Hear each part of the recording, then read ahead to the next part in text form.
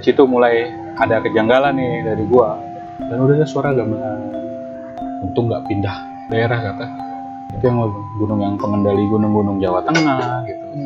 Misalnya ada satu ikatan dengan pantai selatan gitu. Kalau dengar ceritanya seperti itu, masalah emang gunung yang dituakan gitu karena tempat apanya Prabu Brawijaya gitu di sana gitu. melepas tahta atau melepas apanya gitu di sana gitu.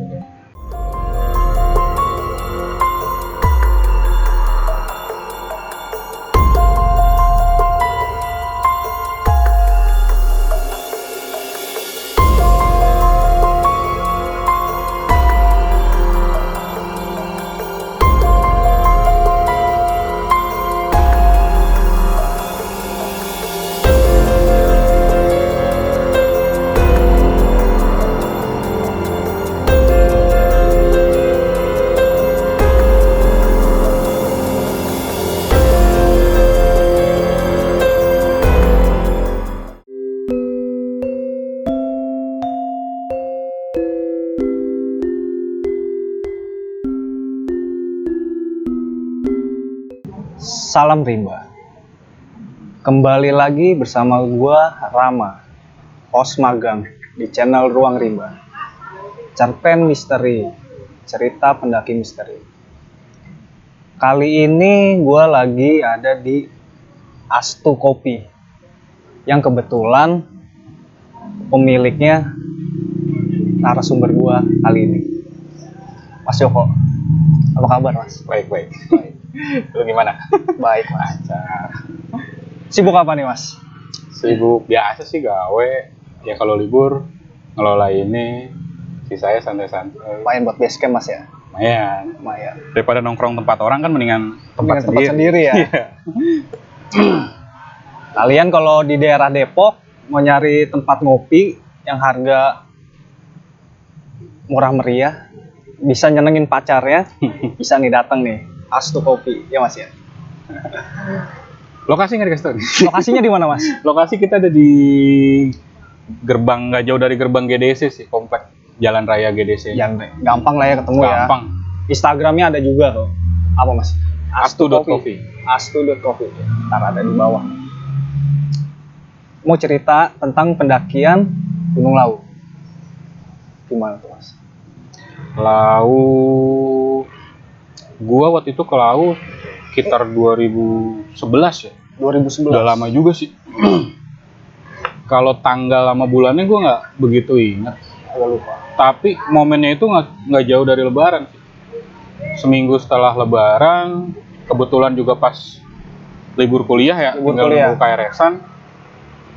Mulai dah tuh rencanain, standar sih. Kali ini liburan kemana. Mulai nyari tahu. Pilihannya dulu kalau nggak pengen Triple S, pengen Merapi Merbabu. Cuman pas banget dulu tuh ada kebetulan ada acara, gue lupa nama acaranya itu di Antv. Tentang acara-acara misteri gitu, petualangan gitu. Ring apa? Lupa tuh gue kan 2011 itu pokoknya. Mulai menarik deh tuh kayaknya. Menarik banget, ada Sendang Derajat tuh kan. Terus banyak mistis-mistisnya, banyak katanya kalau malam satu suro di situ momennya sakral banget gitu kan. Cuman karena posisinya dulu nggak bisa pas satu suro, udah kita ambil aja tuh momen habis lebaran. Kita alihin dari Triple S pindah ke Lawu. Cuman tetap pengen Merapi Merbabu. Tetap ya. Cuman prioritasnya tetap Lawu. Di situ gue waktu itu berangkat. Tahan dulu, Mas. Sebelum lanjut ke cerita, jangan lupa subscribe, hidupin loncengnya, like, comment, and share. Biar orang-orang pada tahu dan kita lebih semangat untuk buat konten ini. Kita lanjut ke ceritanya. Gimana, Mas? Waktu itu berangkat gue berempat dari Jakarta 3, sisanya ketemuan di Solo. Itu tuh ada temen gue, Tori, yang benar-benar sering naik bareng gue. Tori, Akbar. Nah satu lagi, Gigih. Itu temannya Tori di Unpad. Kebetulan dia pengen, akhirnya kita ketemuan tuh di Solo. Mulai dah tuh riset-riset kecil dah tuh. Dulu kan emang nggak terlalu banyak referensi ya, maksudnya YouTube ya masih sisanya kita nyari di blog-blog perjalanan Iya. orang. Lebih banyak referensi itu dari blog-blog perjalanan orang kan. Mulai dah tuh kita samain nama yang kita tonton di Antv itu sama kita cari dah apa sih yang nggak boleh dah gitu ya di bawah sono, terus keunikan apa, misteri-misteri apa gitu. Tujuannya sih emang nggak ada, cuman emang nggak ada tujuan mau nyari misterinya, cuman kayak menariknya tuh semenjak nonton acara itu. Yang paling utama banget sih waktu itu kita lihat soal busana ya sama warna ya. Busana. Di situ kita nggak boleh pakai baju warna hijau apa ya, kalau kata orang sana hijau pupus kalau nggak salah, hijau daun muda gitu. Iya, Karena warnanya nyai atau warnanya apa? Iya. Gue juga nggak begitu paham dah pokoknya. Gue juga dengar dari beberapa penduduk warga kaki Gunung Lau itu antang katanya pakai baju warna hijau. Apapun warna hijau lah katanya. Mitosnya sih gitu. Makanya sampai prepare dari alat aja kayak ini kayaknya warna hijau nih gitu. Bukan pakaian doang jadinya, jadi kayak barang-barang yang kita bawa tuh kayak sampai ngindarin warna hijau tuh sama-sama. Tujuannya sih emang pengen ya nggak ada terjadi kenapa-napa ya gitu. Emang nggak ada niat apa-apa, cuma emang pengen datang semenarik yang di acara TV itu nggak sih nih gunungnya gitu. Tuh. Berangkatlah kita dari dari Depok naik kereta Senen, turun di Solo ya waktu itu. Solo stasiun, bukan di Solo Balapan, itu sebelum stasiun Solo Balapan. Bukan, kita soalnya mampir dulu ke tempat temannya Tori itu yang gigih itu. Lokasinya nggak jauh dari Gor Sriwidari kalau nggak salah itu. Bukan Solo Jebres ya? Sebelum Solo Jebres ya, stasiun apa gitu gue lupa namanya. Stasiun kecil gitu, bukan pemberhentian besar. Di situ kita nginep dulu semalam, ketemu sama Gigi, prepare kecil lagi, mulai packing, beli logistik, mulai nanya-nanya orang setempat kendaraan apa yang kita pakai ke sana gitu kan. Kebetulan diakomodasin waktu itu sama saudaranya Gigi. Ini kan daripada ngecer kita sewa aja gitu langsung. Soalnya katanya kalau ngecer itu kalau nggak salah kita harus ke terminal dulu, terus dari terminal Tawangmangu baru ke atas gitu. Nah, udah kita jalan dah tuh. Rencana awal emang karena risetnya kita Cemoro Kandang ya gitu, kita mau pakai trek awalnya naik Cemoro Kandang, turun juga Cemoro Kandang. Nggak ngelintas ya berarti? Nggak ngelintas, nggak ada niatan ngelintas dulu. Sampailah di Cemoro Kandang hari apa gitu, gue juga lupa. Masih jam 7 atau jam 8 pagi. Pagi banget waktu itu soalnya. Emang awalnya prepare nggak mau ada trek malam soalnya gitu, karena emang belum familiar kan gunungnya kan gitu. Jatuhnya kan masih kayak ekspedisi lah gitu. Dan kita coba naik Cemoro Kandang. Nah pas sampai Cemoro Kandang, kebetulan banget tuh ada momen kita nggak boleh naik. Kenapa tuh Mas? Jadi pas banget barengan sama ada yang dievakuasi, ada pendaki meninggal di atas. Ada yang meninggal? Ada yang meninggal di lewat trek Cemoro Kandang. Cemoro Kandang. Penungguin tuh sambil nyari info meninggalnya kenapa. Sempat agak kepikiran juga kan maksudnya, waduh belum apa-apa udah ada sambutannya meriah juga nih gitu. Sempat kaget, ternyata nanya-nanya sama orang base camp situ gitu. Ternyata dia meninggal, gue juga nggak bisa pasti. Yang penting yang pasti sakit gitu, antara jantung atau epilepsi, gue agak lupa tuh waktu itu. Bukan kecelakaan berat ya? Bukan kecelakaan berat, pokoknya insiden penyakit yang kambuh kalau nggak salah gitu. Sama tim nanya ada tuh Tori, Akbar, Gigi. Nah kebetulan banget Gigi di situ ada kenalan. Jadi omnya itu, padenya apa omnya gitu, kebetulan Polhut situ.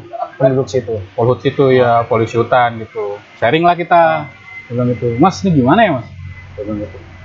Ya tunggu aja, dia bilang gitu, sampai evakuasinya selesai. Mungkin hari ini bisa dibuka juga. Tapi kalau emang nggak bisa dibuka, ada dua pilihannya nih, dia bilang gitu. Lewat Cemoro Sewu atau emang naik besok. Dia bilang gitu. Tapi pada saat itu pendaki lain banyak yang pada mulai momen habis lebaran juga sih ya. pasti peak-peaknya orang naik gunung di situ ya. Suasana rame berarti. Rame, dan kebetulan Pak di Launya juga di Cemoro Kandangnya lagi ada acara tuh komunitas itu. Gitu. Jadi meriah banget itu acara. Di Barwangin juga lagi ada evakuasi.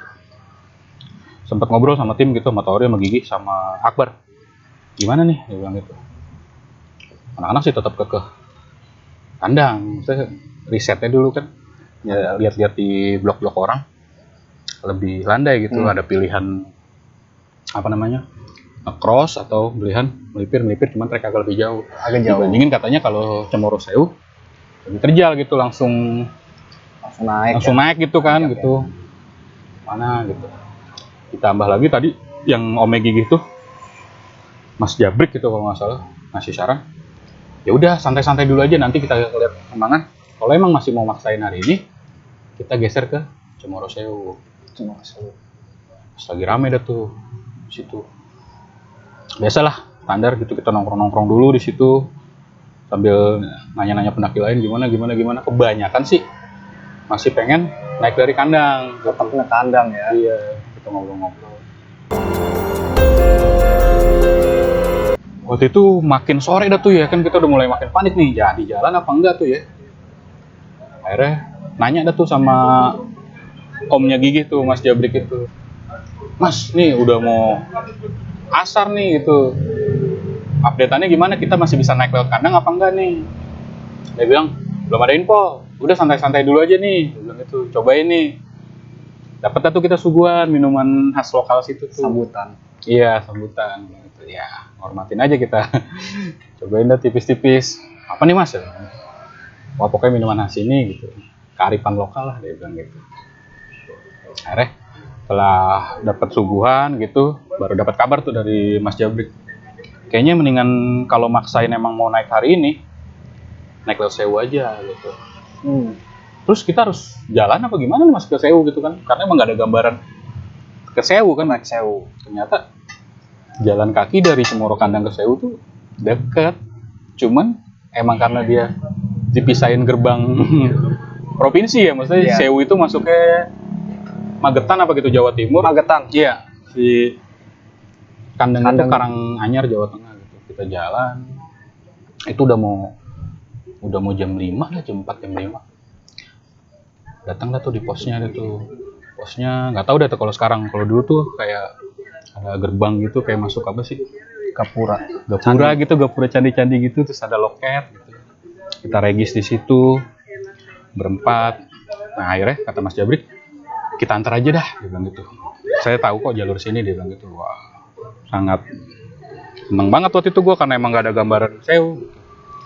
Akhirnya kita mulai pendakian jam 5 sore. Jam 5 sore. Ayo, Mas Jabrik gimana nih? Jalan sekarang apa habis maghrib? Dia bilang. Kita cicil aja, dia bilang gitu. Nanti maghrib kita berhenti sedapatnya, dia bilang gitu. Jam sore, jam 5 maghrib itu kita belum nyampe pos 1 kayaknya. Itu kayak ada zaman dulu tuh di tahun itu ada warung-warung semi permanen gitu deh gitu. Cuman keadaannya tutup kan, emang bukan malam satu suro kali ya gitu. Akhirnya kita ngeres di situ tuh sampai nungguin maghrib. Gitu. Jalan lagi, lanjut. Setelah maghrib kita lanjut cicil. Karena emang nggak ada prepare trek malam gitu kan. Dan kondisi juga udah mulai lelah ya. Kita dari pagi gitu, dari jam 8 prepare dari Solo dari jam 5 pagi gitu. Udah mulai kekuras tuh, capek. Dan nggak ada gambaran juga ya. Nggak ada gambaran bener. Gelap. Seinget gue tuh, yang gue inget cuman gelap, terus tangga-tangga, treknya gitu, batu-batu, yang gitu, ke puncak. Sampai akhirnya sebelum gue agak skip itu antara pos 2 apa pos 3 gitu. Gue sempat ketiduran di situ karena udah capek banget ya. Tapi sebelumnya sering tiduran juga di trek. Jarang. Itu karena emang udah prepare-nya pagi gitu, mau trek pagi udah capek banget. Udah jam 8, jam 9. Akhirnya gue ketiduran. Yang anak jalan duluan, gue sama Akbar belakangan. Nge-rep bentar, lanjut lagi. Ketemu lagi sama anak-anak di. Nah itu yang gue skip, antara pos 2 apa pos 3. Posisinya udah jam 9-an lah. Tapi di situ nggak diganggu Nggak ada. Aman ya. Aman. Nggak ada pendaki lain seingat gua tuh waktu itu. Ya kita masak kecil, nggak buka tenda. Cuman masak Indomie, masak kopi gitu udah, cuman masak kecil. Ngangetin sambil siapin buat lanjut perjalanan. Nah itu kan gue juga nggak ada gambaran, maksudnya kita mau buka camp di mana gitu, karena emang dulu awalnya pengen Cemoro Kandang karena emang pengen langsung camp di Boyem gitu, muncak dulu Boyem langsung turun gitu. Ternyata kalau lewat Sewu kita Boyem dulu baru muncak gitu. Udah tuh kita mulai jalan. Kondisi yang paling fit waktu itu Tori. Dia ngeres duluan karena gue mikirnya kalau misalnya sama-sama lama malah makin lama nih jalannya, malah makin tunggu-tungguan. Kalau misalnya ada yang depan duluan kan agak kepacu nih kita jalan duluan. Tori jalan duluan sama Mas Jabrik, gua Gigi Akbar jalan pelan gitu, jalan pelan sampai akhirnya ketemu lagi di itu, gue lupa tuh, jadi kayak ada tanah lapang gitu, itu pos berapa gue nggak tahu dah, sebelum menuju ke Sendang Derajat. Mau Tori di situ, sempat kaget-kagetan malah sama Tori nungguin karena gelap dan nggak ada pendaki lain. Kita muncul, Tori lagi diri gitu, kaget. Udah nyampe, gue bilang gitu, belum. Tapi gue juga nggak tahu nih posisinya di mana. Dia bilang, Mas Jabrik mana? Gue bilang, Mas Jabrik lanjut, katanya ketemunya nanti di Sendang Derajat. Dia bilang, oh ya udah, ngeres bentar. Tadinya mau makan lagi, mau masak air buat nyeduh kopi. Anginnya kencang banget tuh. Gue nggak tahu deh tuh pos berapa tuh, kayak cagak perpecahan jalur gitu. Akhirnya nggak jadi, lanjut jalan ke Sendang Derajat. Posisi kalau jam ya, seingat gue itu udah di atas jam 12. Di atas jam 12 sampai Sendang Derajat. Malam ya. Malam banget. Udah secapek-capeknya itu. Jam 2 lah sampai Sendang Derajat. Gue pikir tuh Sendang Derajat ya Boyem, ternyata di Sendang Derajat sama Boyem masih ada jarak lagi gitu. Sampai Sendang Derajat buka tenda, terus gue tanya sama yang lain, gimana buka tenda sini? Tanggung lah, Boyem aja. Mau masih jauh apa enggak nih ya? Kata Mas Jabrik sih nggak jauh, dia bilang itu barusan yang ngeres lagi. Dia duluin lagi, dia nggak sempat ngeres di situ. Udah lanjut lagi, sampailah di Boyem. Pada saat itu Boyem ada pendaki lain apa? Ada. Nah, gue juga kan nggak tahu kalau Boyem itu bangunannya hampir permanen ya gitu kan. Gue pikir warung-warung biasa gitu kan. Ternyata ada pintu, ada tempat tidur gitu. Gue ngetok aja tuh, tok. Keluar dah tuh penjaganya. Bukan Boyem waktu itu ya, cowok gitu, rambutnya gondrong gitu. Nggak tahu itu anaknya atau siapa gitu, gue juga nggak tahu. Bilang itu, baru datang Mas, dia bilang, ya udah masuk aja, istirahat. Ternyata kita nggak perlu buka tenda di situ, udah ada tempat tidur lah, ada alasnya juga, karena emang ada atap ya gitu, jadi nggak terlalu dingin. Gitu. Nggak masak juga, lanjut istirahat. Target ya pagi muncak. Sekitar jam berapa itu Mas nyampe? Jam 2-an? Jam 2-an. Sampai situ sih gue cuman yang gue inget, wah anjir kok di gunung ada bangunan keren banget gitu kan, nggak tahu apa sih itu, Argo Dunia, terus ada bangunan lagi gitu, Argo apa gitu ya, jadi kayak masuk, ini kayak masuk keraton nih gitu kan, keren juga gitu.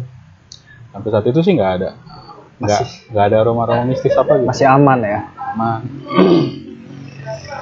Istirahat lah kita, bangun pagi. Niatnya mau muncak pagi gitu, ternyata emang kecapean. Baru-baru pada bangun jam 7. Langsung sarapan. Kaget tuh di situ, ternyata ada nasi, ada pecel kan. Terus pas ngeliat terangnya, ada minuman-minuman soft drink gitu kan. Oh ini mah, kan di zaman itu maksudnya belum ada warung yang kayak gitu ya. Pendakian gitu kemanapun gue pergi. Dulu yang gue inget ya paling orang dagang itu ya di Gunung Gede dagang nasi uduk gitu. Tapi warung kan hampir nggak pernah ngeliat gitu di atas gitu. Di ketinggian udah tinggi juga itu. Logistiknya gimana Bu Iem gitu? Kaget. Asli nanya-nanya Bu Iem. kemarin nyampe jam berapa gitu, terus sempet ke Sendang Derajat, sempet ngambil air nggak? Terus gue bilang sempet sih Mbak, mau ngambil air, cuman kering, dia bilang gitu. Terus kata Mbak Yum, itu bukan kering, itu ternyata ditutupin batu, ternyata kita batunya diangkat, baru ada mata airnya di situ. Batu diangkat dulu Kata Mbak Yum di situ, karena pas gue datang sana kering kan, maksudnya, nggak ada mata air yang kayak biasa gue lihat gitu ya, sumur kan jatuhnya gitu kan.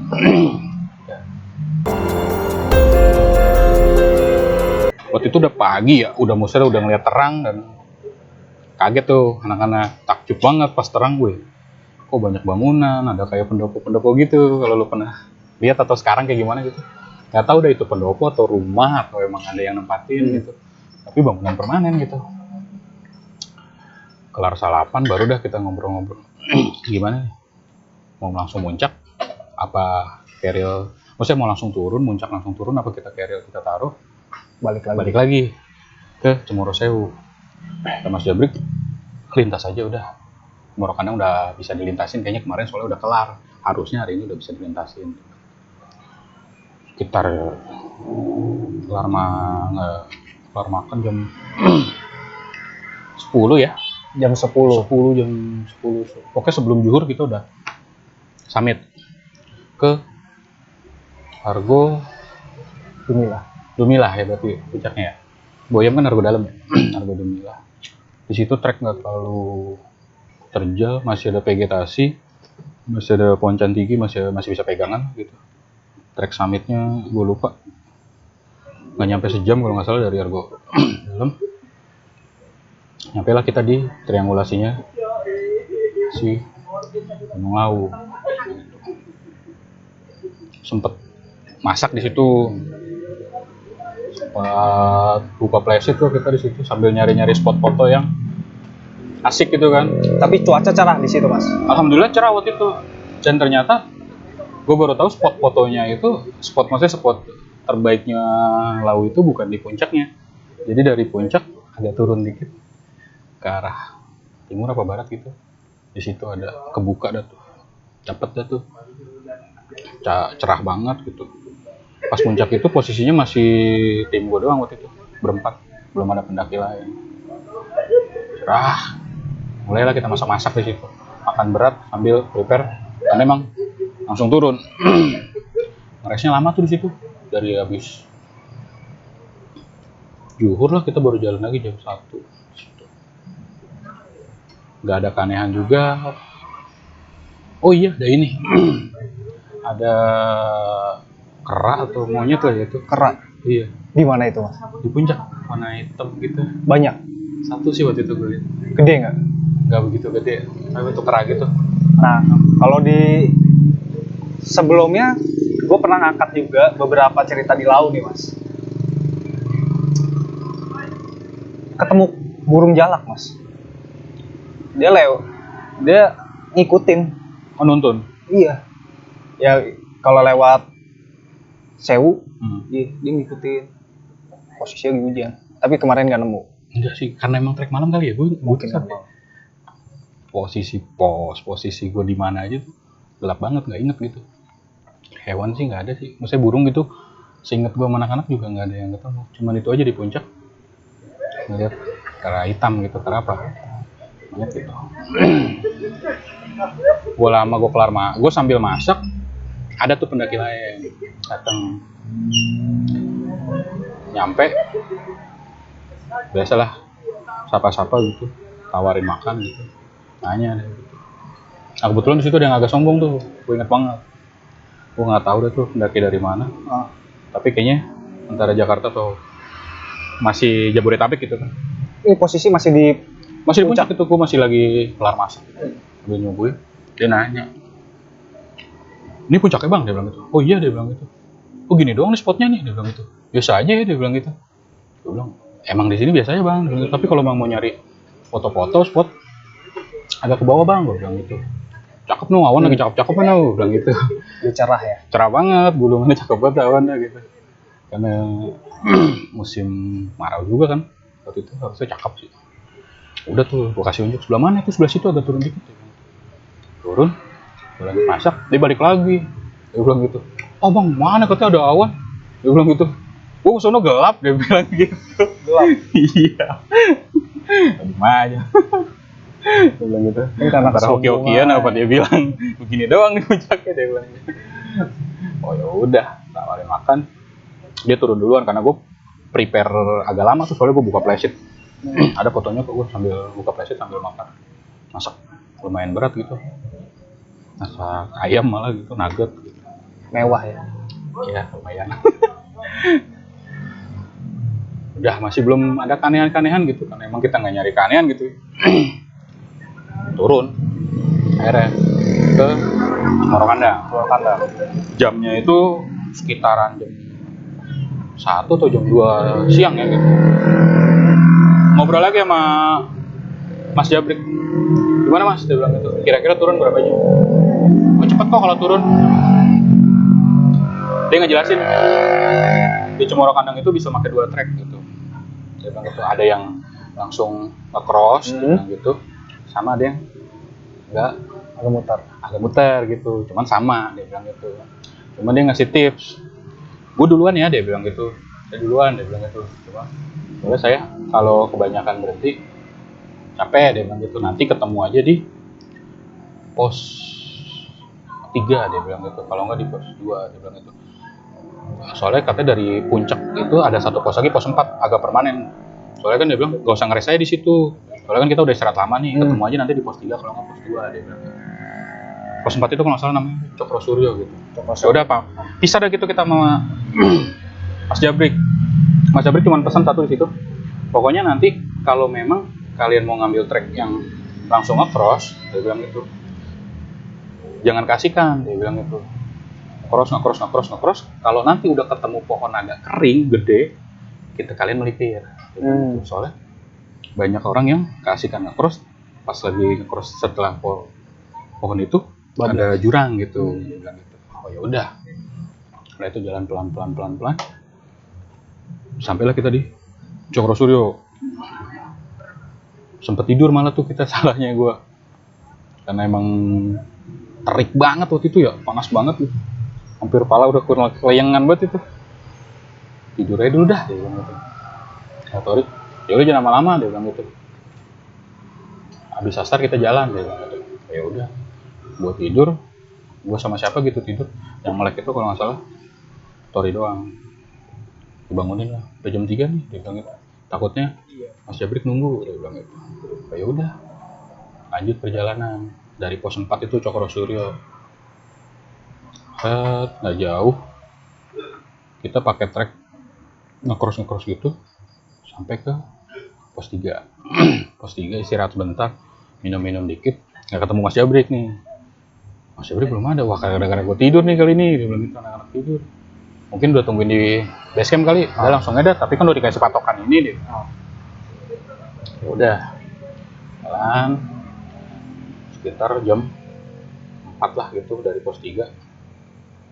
Menjelang pos 3 ke pos 2 ketemu pendaki solo hiking. Mau naik Dia solo hiking. Namanya Bang Ipal, orang Bandung.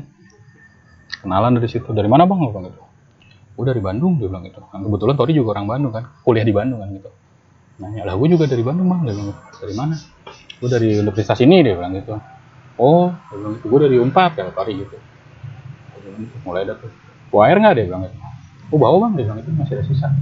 Kita kasih air ya ke dia gitu, sambil ngobrol-ngobrol sebentar. Terus dia sharing, kira-kira gue ngecamp di mana ya, dia bilang.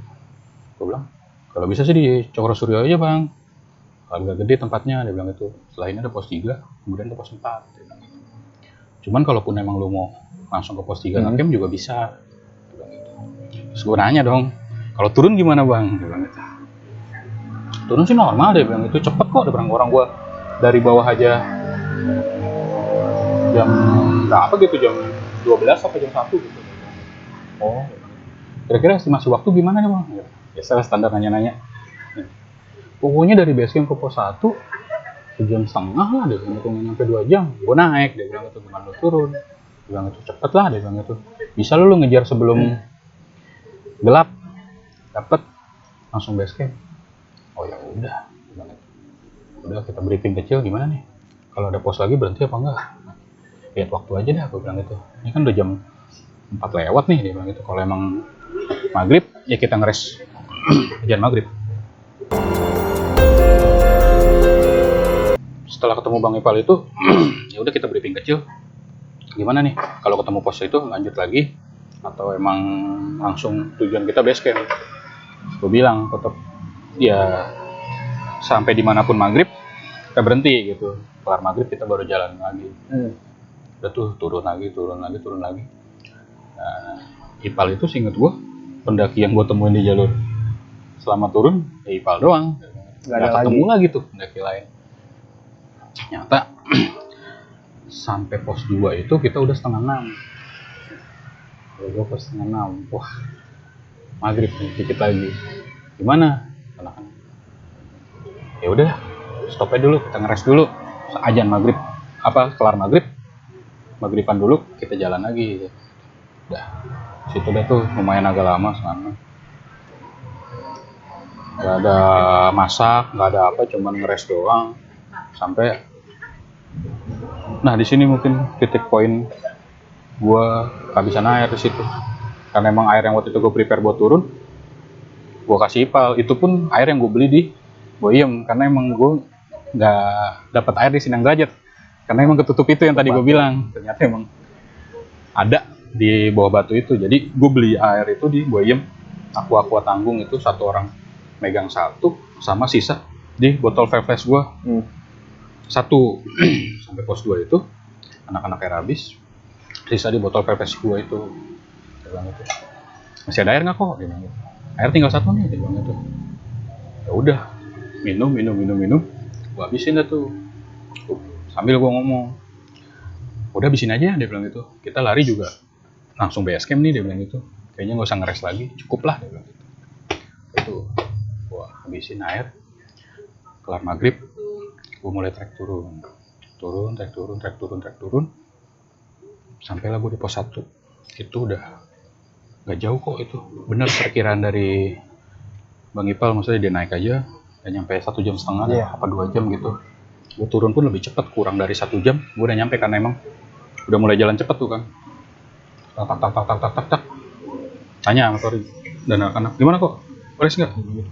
Lanjut lah, ini aja udah pos 1, paling pos 1 ke base camp cepet. Udah jalan lagi dari pos 1 tuh ke base camp. Dari situ mulai ada kejanggalan nih dari gua sama tim gitu. jalan rame, suara motor kayak gini, wah deket nih. Udah jalan lagi, mulai langkah makin cepet, sampai ketemu suara ajan. Kita dengar semua Isa itu maksudnya. Jam 7-an dah, oh udah Isa. Lanjut nih kok, lanjut aja dah, dia bilang gitu, biar cepet sampai bawah. Mulai. Udah ada jalur pipa warga tuh. Berarti kan logikanya ya udah deket ke perkampungan ya. Kebetulan di Lau itu, seinget gue itu pipanya bukan pipa paralon plastik ya, paralon pipa besi ya gitu, jalur airnya gitu. Putih sampah, udah mulai sampah kecil gitu. Ada string line, nggak bakal nyasar nih gitu. Ikutin. Suara motor makin rame gitu, wah deket. Suara kayak perkampungan makin rame gitu. Sampai posisinya, formasinya tuh waktu itu Tori paling depan, Tori Akbar, gua Gigi kalau nggak salah gitu. Pokoknya Tori paling depan. Antara Tori paling depan atau Gigi paling depan, pokoknya gua sama Akbar itu nggak jauh, soalnya Akbar posisinya ankle-nya cedera. Jadi tasnya Akbar itu dibawain Tori, sebagian dibawain gua. Akbar pakai trekking pole 2, yang lain nggak ada yang pakai trekking pole. Udah jalan sampai wih ada gapura nih, kayak gitu. Gapuranya tuh sama kayak gapura yang gue lihat di Sewu ya, gitu, lihat di Sewu. Cuman gapura bukan yang kayak gue lihat di kandang. Mungkin kalian cek deh gapura kandang kayak gimana. Sepenglihatan gue sama anak-anak, gapura itu ya tumpuk-tumpukan batu gitu ya, pilar gitu. Cuman kayak nggak ada pelangnya gitu, pelang kayak masuk ke dalam pilar gitu. Dan udah ada suara gamelan, musik-musik, nggak tahu gamelan, nggak tahu apa, musik-musik Jawa gitu kan. Gitu. masuklah kita ke situ. Dan kita semua sadar kalau kita itu ngeliat gitu. Lewatin gapura berarti. Lewati. Oke. Pikiran kita mah udah makin deket gitu. Karena emang perjalanan berangkatnya kita nggak lewat, kita nggak tahu kalau itu apa bener ini jalannya apa enggak gitu. Tapi jalur pipanya masih ada. Maksudnya ya logika gua, ya kalaupun ini nyasar pasti juga ke perkampungan karena ini ada jalur pipa warga gitu. Turun mulai jam 8, ayo jam setengah 9, mulai aus karena waktu itu kemarau ya, treknya itu debu banget ya gitu, dan kita lari yang gitu itu debunya masuk gitu. Sampai ngeludah pun udah nggak ada airnya gitu, udah kayak ngeludah debu lagi gitu. Wah, kaget nih, kok janggal nih gitu, kok kita kayak jalan nggak nyampe apa emang sepanjang ini jalurnya atau apa emang ada yang salah gitu. Mulai dah tuh udah mulai agak-agak bisa mikir. Tapi masih hutan, ketutup, masih tapi masih ada jalur. Maksudnya kita bukan buka jalur, bukan kita nembas jalur atau rimba yang ketutup gitu ya. Nggak ada kita nggak nembang jalur sama sekali. Dan masih ada sampah kecil-kecil gitu lah. Maksudnya yakin kalau ini trek. String line kecil pun masih ada gitu, rapi-rapi gitu. Makanya makin pede, masih pede aja kalau ini tetap jalur gitu. Jalur terus sampai sekitar hampir jam 9, gue bilang berhenti dulu deh. Apa kok? Ini janggal nggak sih? Gitu. Kok kayaknya kita nggak nyampe ya? Apa emang kita diputar? Apa emang kita nyasar nih? Gitu. Coba dah. Kayaknya sampainya sama dah. Gitu. Jadi kita cuma muter nih kayak gitu. Coba introspeksi dulu dah nih. Gitu. Lu ada yang buat salah nggak nih? Gitu. Mulai ada tuh diem.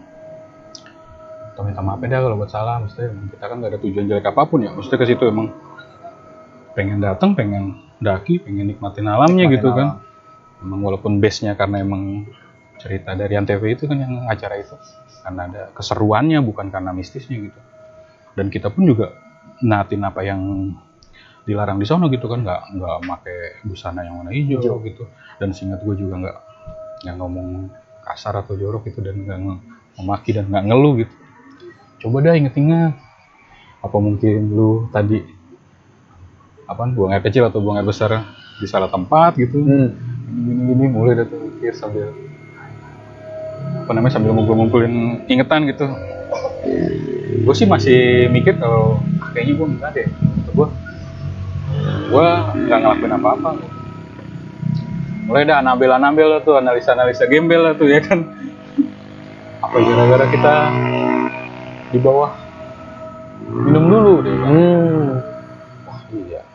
Tapi nggak juga sih, maksudnya kan emang kita cuma disuguhin dan orang-orang situ juga jadi minuman khas gitu kan.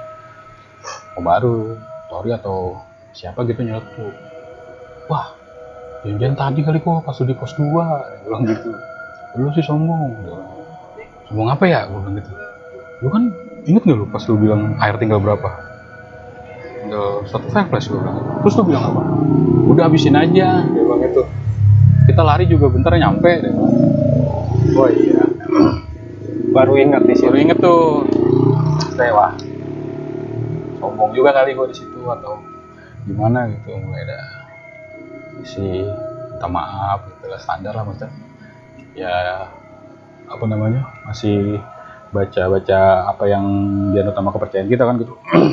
Doa-doa kecil gitu, bisa sambil balik lagi kalau kita tuh tujuannya kesini nggak apa gitu, doa kecil.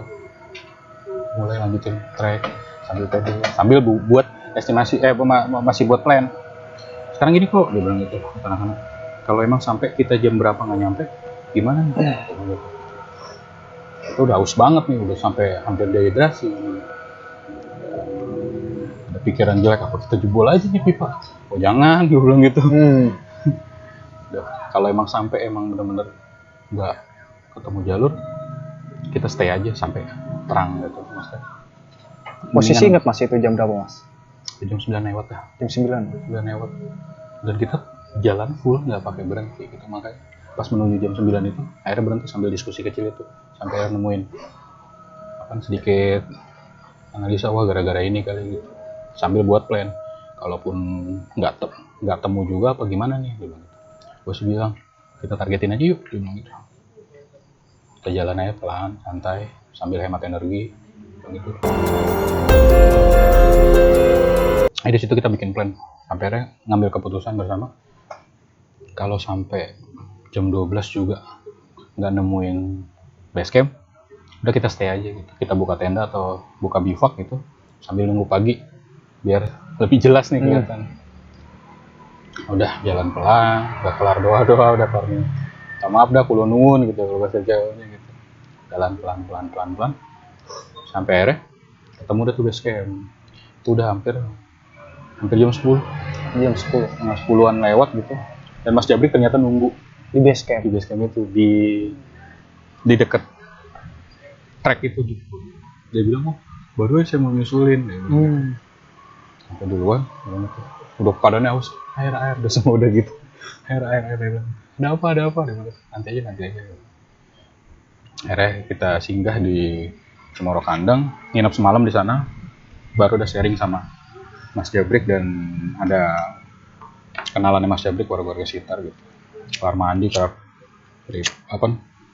bersih gitu sambil ceritain tadi gini mas gitu. Oh udah nggak apa-apa, dia bilang, yang penting selamat. Untung nggak pindah daerah kata, sampai ada yang pindah jalur lebih kaya, dia bilang gitu. Gitu paling kayak begitu ceritanya. Tapi ya Lau ini menarik sih mistisnya. Menarik banget. Parah ya. Karena di cerita gua sebelumnya nih mas, gua dapet 2 narsum. Itu yang pertama ini pernah di pasca kebakaran. Oh iya, yang belum lah.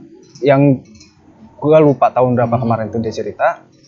Itu ditongolin sosok korban yang kebakar. Yang kedua, ini hampir sama sih. Dia minum juga di bawah itu sebelum naik, lewat Sewu juga. Akhirnya dia kena badai di atas, gagal puncak. Yang sampai ya ada burung itu kena badai.